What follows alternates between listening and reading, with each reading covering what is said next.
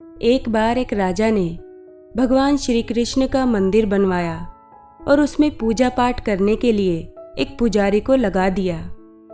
पुजारी जी बड़े प्रेम भाव से भगवान की सेवा करने लगे।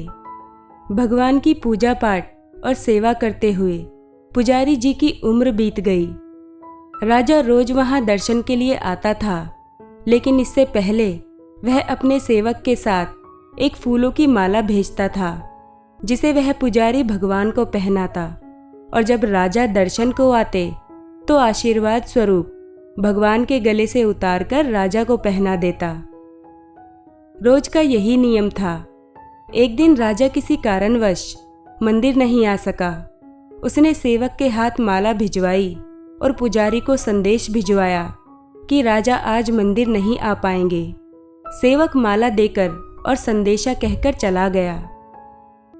पुजारी ने भगवान को माला पहना दी।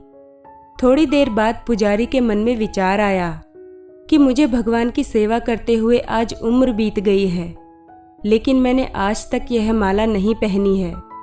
सांसों का क्या भरोसा, कब रूठ जाए। भगवान ने आज मुझ पर कृपा करी है, तो क्यों ना ये माला आज मैं ही पहन लूं।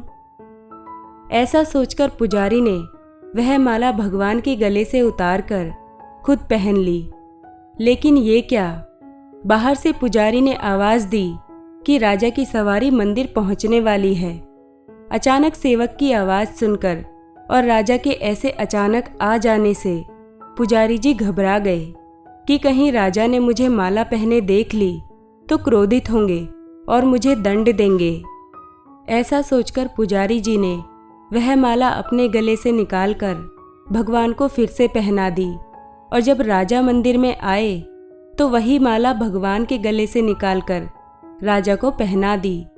लेकिन जैसे ही राजा ने माला पहनी तो उसमें राजा को एक सफ़ेद बाल दिखाई दिया, जिससे राजा को सारा माजरा समझ आ गया कि यह माला पुजारी ने पहले खुद पहनी है और जब मैं आया तो मुझे पहना दी।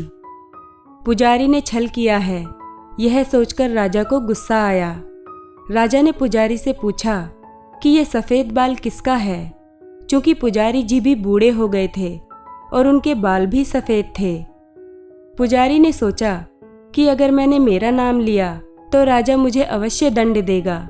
अतः पुजारी ने कहा कि ये तो भगवान का बाल है। इस पर राजा को बहुत गुस्सा आया कि पुजारी झूठ पर झूठ बोल रहा है। भला कब से मूर्तियों के बाल सफ़ेद होने लगे। इस पर राजा ने पुजारी से कहा कि कल मैं श्रृंगार के समय आऊँगा और देखूंगा कि भगवान के बाल काले हैं या सफ़ेद। अगर भगवान के बाल काले निकले तो पुजारी तुझे इस पाप के लिए मृत्यु दंड दिया जाएगा। राजा हुक्म सुनाकर चला गया। राजा के जाते ही पुजारी भगवान के सामने रोने लगा और विनती करने लगा कि प्रभु, मैं जानता हूँ कि मैंने आपके सामने झूठ बोलने का अपराध किया। अपने गले में डाली हुई माला मैंने पुनः आपको पहना दी। आपकी सेवा करते करते बूढ़ा हो गया।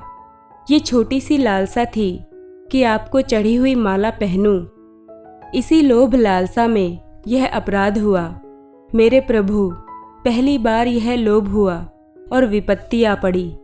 हे मेरे नाथ, कृपया आप ही मुझे बचाइए, नहीं तो कल राजा मुझे फांसी पर चढ़ा देगा। पुजारी सारी रात रोते रोते मंदिर में ही सो गया। सुबह हुई तो राजा आया और भगवान का श्रृंगार स्वयं करने के लिए बोला। पुजारी डर के मारे एक कोने में खड़े थे। राजा ने जैसे ही ठाकुर जी का मुकुट हटाया तो आश्चर्यचकित रह गया, क्योंकि ठाकुर जी के सभी बाल सफ़ेद थे। राजा को लगा कि पुजारी ने जान बचाने के लिए बालों को सफ़ेद कलर से रंग दिया होगा। अतः राजा ने बालों की जांच करने के लिए ठाकुर जी का एक बाल पकड़कर जोर से खींचा तो वहां से रक्त की धार बहने लगी। यह सब देखकर राजा घबरा गया और ठाकुर जी भगवान के पैर पकड़ लिए और क्षमा याचना करने लगा। तभी मूर्ति से आवाज़ आई कि राजा, तुमने आज तक मुझे मूर्ति ही समझा, इसलिए मैं आज भी तुम्हारे लिए मूर्ति ही हूँ। पुजारी मुझे साक्षात भगवान समझता है। उसकी श्रद्धा की लाज रखने के लिए और तुझे समझाने के लिए मुझे अपने बाल सफ़ेद करने पड़े और रक्त की धार बहानी पड़ी। राजा ने भगवान और पुजारी दोनों से माफ़ी मांगी और अपने राजमहल को लौट गया। दोस्तों, बात बिल्कुल सत्य है। अगर आपने मान लिया तो भगवान और ना मानो तो पत्थर। अगर मन में सच्ची श्रद्धा हो तो भगवान पत्थर में सप्राण होकर भी भक्त से मिलने आ जाते हैं।